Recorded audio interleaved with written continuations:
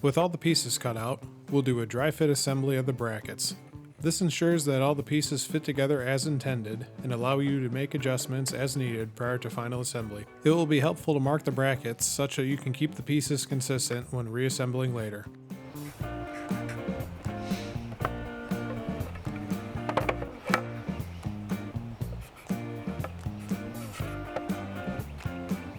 Start by fastening the rafter to the base using the appropriate fasteners.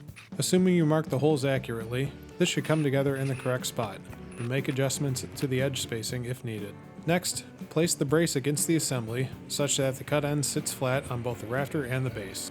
Center the brace on the base and clamp it in place so it doesn't move. Using the correct fasteners, attach the brace to the rafter. You may not need to pre-drill for these, but check the drawings to be sure. Flip the assembly over and mark the hole locations for the other end of the brace on the back of the base.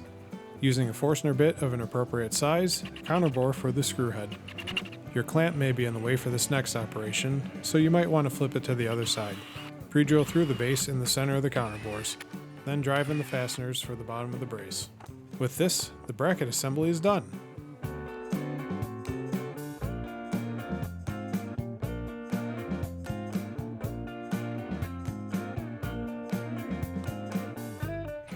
Continue on to the remaining brackets and get them dry fit as well.